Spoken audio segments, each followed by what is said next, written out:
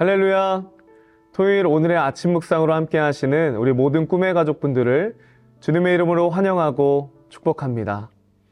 우리 12월이 되면 우리 성도님들은 어떤 일을 하면서 시간을 보내시나요? 저는 개인적으로 올 한 해를 돌아보기도 하고 다가올 한 해를 어떻게 준비하면 좋을지를 고민해 봅니다. 무엇보다 올 한 해를 돌아보면서 내가 어디에 에너지를 많이 쏟았는지, 또 무엇을 하며 시간을 많이 보냈는지, 또 물질은 어디에 자주 사용했는지를 보게 됩니다. 왜냐하면 내가 어디에 에너지를 쏟고 물질을 쏟았는지를 돌아보면 내 마음의 중심이 어디를 향해 있는가를 알 수 있기 때문이죠. 그래서 성경에서도 내 물질이 있는 곳에 내 마음이 있다고 말씀하고 있습니다. 마태복음 6장 21절에 내 보물이 있는 그곳에는 내 마음도 있느니라. 아멘. 오늘 묵상을 들으시는 우리 성도님들 모두가 지난 나의 마음은 어디를 향했는지 돌아보고 점검하고 마음의 방향을 조정하는 시간이 되기를 소망합니다. 오늘 읽은 본문의 말씀은 우리가 목요일부터 쭉 묵상하고 있는 말씀인데요. 특별히 시편의 저자인 다윗이 자신의 노년의 때에 지은 시입니다. 다윗이 자신의 인생을 되돌아보며 어떤 이야기를 백성들과 후손들에게 남기고 싶었을까요? 당시 악인들의 형통함을 보고 많은 사람들이 불평하고 원망했습니다. 심지어 부러워까지 했습니다. 하나님을 떠나 악을 행하는 자들은 승승장구 꽃길이고 신앙을 가진 의인이라는 우리들은 여전히 어렵고 힘든 삶을 살아가고 있었기 때문입니다.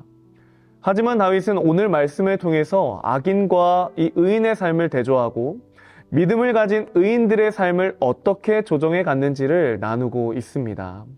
27절의 말씀을 읽어보겠습니다. 악에서 떠나 선을 행하라. 그리하면 영원히 살리니.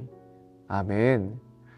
우리 모두는 의인입니다. 예수 그리스도의 십자가 사건을 통해서 죄를 용서받았고 하나님께서는 아무런 자격 없는 우리들을 의롭다 칭해 주셨기 때문입니다.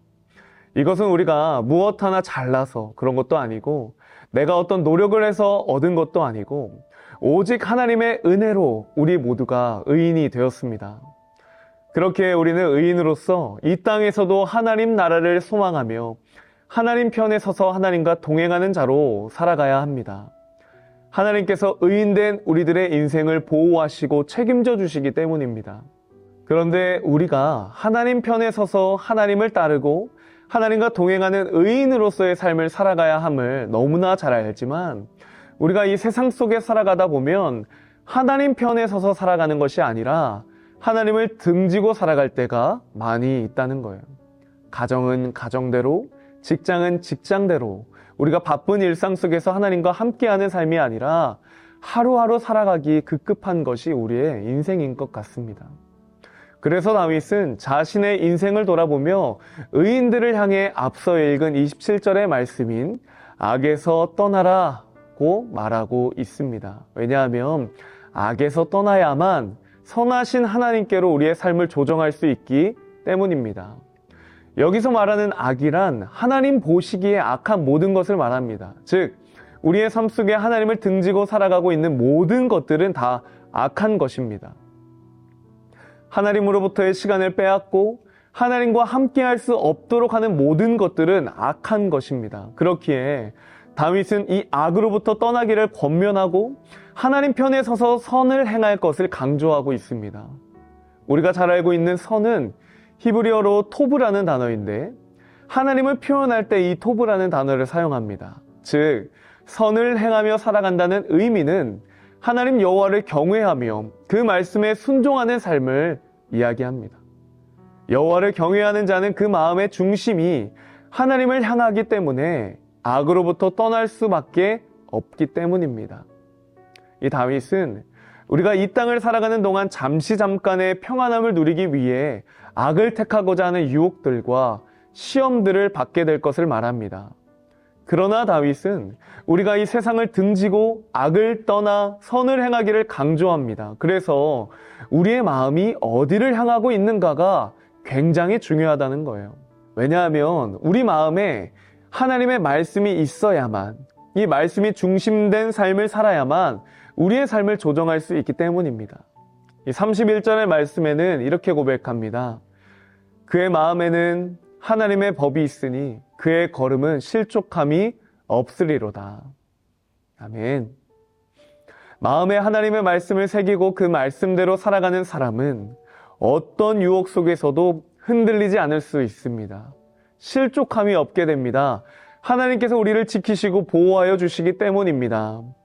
그렇게 우리가 더 이상 이 세상과 악을 따라가는 삶이 아니라 과감하게 떠나버리고 우리 마음에 새긴 하나님의 말씀을 붙들고 선하신 주님과 동행하는 축복된 인생으로 살아가시길 예수님의 이름으로 축복합니다. 우리 마지막으로 34절의 말씀을 읽겠습니다. 여호와를 바라고 그의 도를 지키라. 그리하면 내가 땅을 차지하게 하실 것이라. 악인이 끊어질 때에 내가 똑똑히 보리로다. 아멘. 사실 올 한 해도 돌아보면 근심된 일이 참 많이 있으셨죠. 나라는 나라대로, 가정은 가정대로, 직장은 직장대로, 우리 자녀들은 자녀들대로. 우리 사명자로 한 달 살기도 잘 마쳤지만 12월이 된 지금도 여전히 동일한 근심 가운데 있는 성도님들이 계실지 모르겠습니다. 우리 사랑하는 성도님들, 우리가 악에서 떠나서 선을 행하는 삶을 계속해서 살아가기를 선택한다면 하나님께서 약속하신 축복들을 경험하는 삶으로 능히 살아가게 하실 줄로 믿습니다.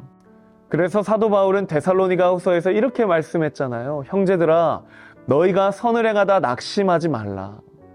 하나님을 등지고 사는 인생이 아니라 세상을 등지고 악에서 떠나 선을 행하는 삶을 살아가시기를 소망합니다. 우리 마음에 하나님의 말씀을 새기고 그 말씀을 지키며 살아간다면 하나님께서는 우리를 지키시고 보호하시며 계속해서 이 선하신 하나님만 따를 수 있도록 인도해 주실 줄로 믿습니다. 오늘 하루도 그 말씀에 순종하시며 하나님과 동행하는 삶을 살아가시는 우리 모든 성도님들 되시기를 예수님의 이름으로 축복합니다. 기도하겠습니다. 사랑의 하나님 감사합니다. 우리가 악을 떠나서 선을 행하는 삶을 살아가기를 소망합니다. 하나님 보시기에 악한 것들은 다 떠나보내고 하나님 보시기에 좋은 것들로만 우리 안에 가득 채워서 하나님 말씀에 순종하는 삶을 살아가게 하여 주시옵소서. 그 마음의 중심에 이 말씀이 중심이 되게 하셔서 하나님 말씀에 순종하는 삶, 그래서 주님과 동행하는 형통의 삶을 살아가는 우리 모든 성도님들 삶이 되게 하여 주시옵소서. 감사드리며 예수 그리스도의 이름으로 기도드립니다. 아멘.